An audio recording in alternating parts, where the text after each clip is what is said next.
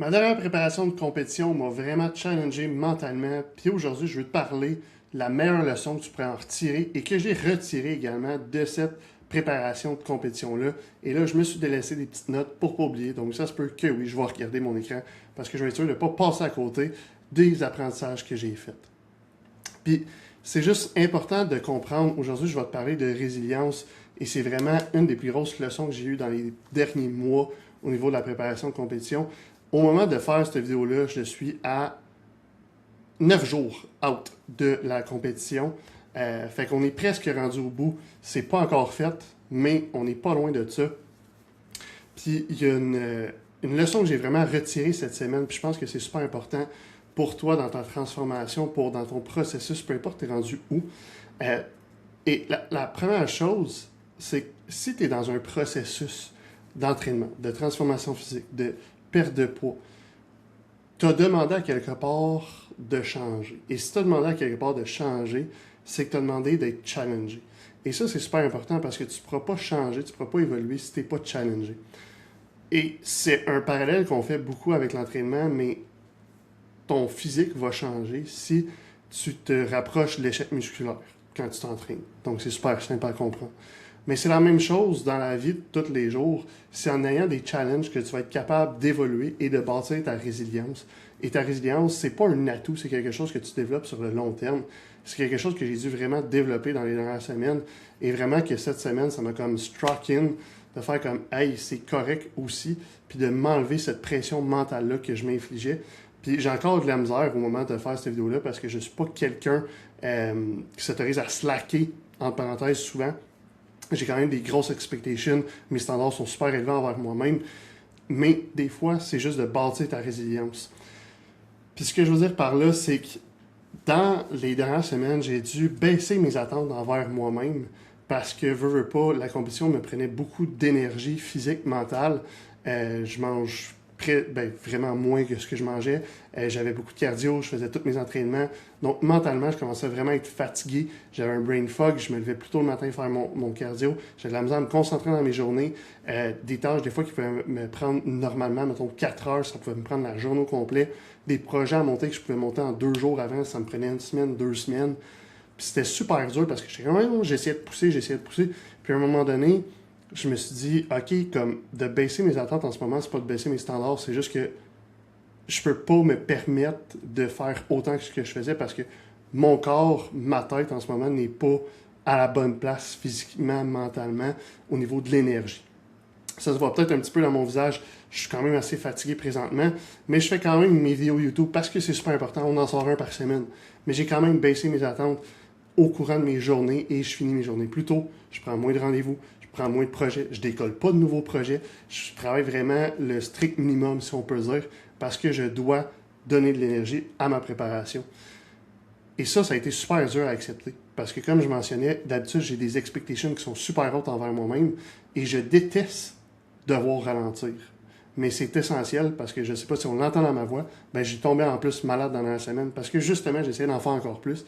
Puis depuis que je suis tombé malade, j'ai dit, hey, ça fait 19 semaines que je me prépare pour cette compétition-là, que j'investis du temps, de l'argent dans mon coach, dans toute la compétition, tout le processus de compétition.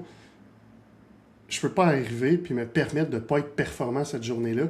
Et j'ai décidé de lever le pied cette semaine. Et depuis cette semaine, j'ai vraiment mieux récupéré en 3 jours et je suis presque plus malade. Mardi, j'avais un gros mal de gorge. Je filme cette vidéo-là, il rentre jeudi, j'ai presque plus de mal de gorge. Je parle encore un petit peu du nez, mais vraiment à peine. Donc c'est super important. Puis c'est pas de prendre ça non plus comme une défaite. Ce que je veux dire par là, c'est que dans ton processus, si tu veux bâtir de la résilience, ben, tu vas être challengé. Puis il y a certains combats que malheureusement tu vas perdre. Il y a certains combats que tu n'arriveras pas à gagner. Mais c'est en perdant ces combats-là que tu vas apprendre et que tu vas être capable de bâtir ta résilience. Puis pas d'abandonner, mais de perdre ces combats-là, c'est pas d'abandonner, c'est pas une défaite, c'est pas un échec. C'est juste un bounce back, c'est juste de dire, OK, qu'est-ce que j'ai appris de cette défaite-là à ce moment-là, puis comment que je peux faire pour y arriver. Moi, ça a été super simple. J'ai dû juste pull back un petit peu sur mon stress. Je me lève maintenant à 5 heures, je me lève à 4 heures. Je fais mon cardio en journée puisque mon cardio a diminué un petit peu, mais je coupe sur d'autres choses. Exemple, hier, j'étais censé travailler toute l'avant-midi, aller au dentiste en fin de journée, faire mon workout après, c'était là que ça marchait mieux. Puis j'ai décidé de tout annuler mon travail que je m'étais planifié le matin. J'ai fait mon entraînement, j'étais allé faire mes rendez-vous, j'ai fait mon rendez-vous chez le dentiste, puis ensuite de ça, je suis revenu à la maison, je me suis couché sur du divan, j'ai écouté un film bien relax, puis habituellement, jamais je vais faire ça. Mais mon corps en a besoin présentement et ça a été très challengeant de bâtir ma résilience à travers ça. Parce que comme je mentionnais, ben, je veux tout le temps en faire plus, je veux tout le temps que ça avance plus rapidement, je trouve tout le temps que ça va pas assez rapidement. Donc dans ton processus, des fois, il va arriver certains moments que tu vas dire hey, c'est tough en ce moment, j'ai vraiment le goût de manger ce biscuit-là. Puis là, tu vas avoir des tentations, tu vas avoir quelqu'un qui va te proposer un verre, tu vas avoir une occasion de sortir, tu vas aller au restaurant. Et c'est là que tu vas être le plus challengé de dire est-ce que tu pas abandonnes, mais est-ce que tu flanches, est-ce que tu baisses les bras ou tu continues? Et c'est à force d'avoir des situations comme ça qui vont te challenger que tu vas être en mesure de bâtir ta résilience et bâtir ta constance aussi.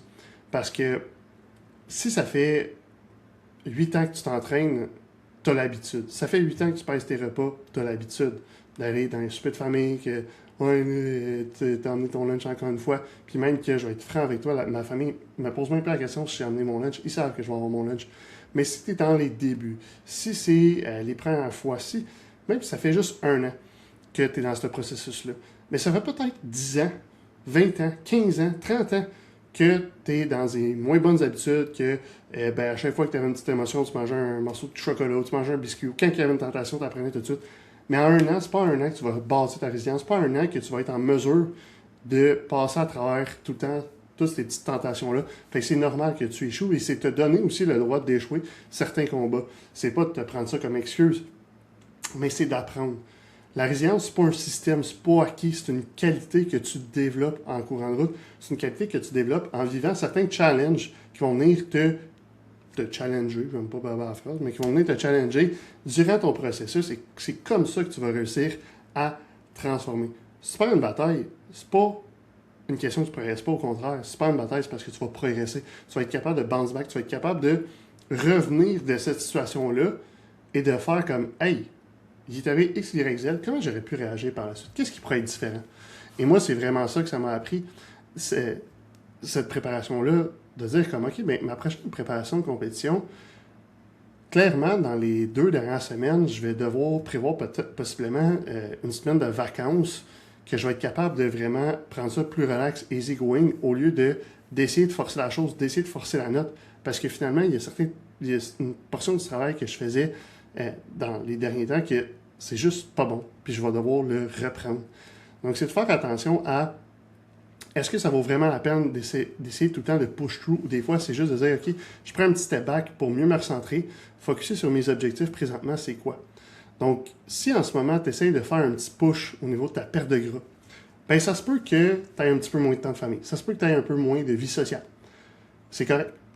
C'est juste de bâtir encore une fois ta résilience par rapport à ça, de dire, ben oui, c'est normal, c'est correct. C'est ça que j'ai demandé au final. Parce que si tu veux te transformer, si tu veux changer, il va falloir que tu fasses des choses différentes. Puis si tu fais des choses différentes, ben ça se peut que tu aies de la solitude en cours de route. C'est fort possible. Ça va arriver. C'est correct aussi. C'est de prendre la situation, de l'accepter et de passer quand même à travers. C'est ce que j'appelle la résilience. Dans les dernières semaines, quand que je filais moins bien, j'ai choisi de faire cette préparation-là. J'ai choisi de compétitionner. J'ai choisi d'être un bodybuilder. J'ai choisi ce mode de vie-là. Est-ce que ça le fait que c'est moins tough? Non. Mais ça fait que c'est plus facile de l'accepter, de dire, ben, à tout moment, j'ai le choix de tout arrêter. Mais est-ce que c'est vraiment ce que je veux? Est-ce que c'est ce que je veux ressentir ou, au contraire, c'est quand je vais aller sur le stage de faire ma présentation, de ressortir du stage, est-ce que je vais être fier? C'est quoi le sentiment que je vais avoir à ce moment-là? Et c'est en bâtissant cette résilience-là que je suis comme, ben non, je vais juste continuer de pousser à travers en choisissant mes combats, en diminuant ma charge de travail au niveau de mon entreprise présentement parce que je dois me concentrer sur la compétition qui est à 9 jours présentement. Puis ensuite de ça, ben on verra une autre saison. Fait que c'est plus de voir ton année, ton parcours en saison, qu'il y a certaines saisons que tu es faite pour en faire un peu plus, pousser un peu plus, t'en demander un peu plus, mais il y a certaines sphères de ta vie qui vont en prendre un petit peu moins, puis c'est 100% normal parce que tu as une capacité d'énergie restreinte. Donc, j'espère que ça va t'aider un petit peu dans ton parcours, la leçon que je t'ai donner aujourd'hui de la résilience et que c'est correct aussi des fois de délaisser certaines parties, certaines sphères de ta vie pour te concentrer sur une autre sphère quand c'est cette autre sphère-là qui est vraiment plus importante pour toi présentement. Moi, c'est la seule chose, c'est une des grosses choses en fait que j'ai appris durant cette préparation de compétition-là parce que mentalement, ça a été très, très, très challengeant de devoir en faire moins au niveau de l'entreprise et de me concentrer beaucoup plus sur ma compétition, mais sur un mode de vie que j'ai choisi et c'est quelque chose qui va revenir et je dois juste m'adapter en conséquence et c'est 100% correct. Donc là-dessus, je te souhaite une super bonne journée. Si tu as aimé cette vidéo-là, abonne-toi à ma chaîne YouTube puis regarde les autres vidéos. Je te garantis que tu vas trouver plein de pépites d'or.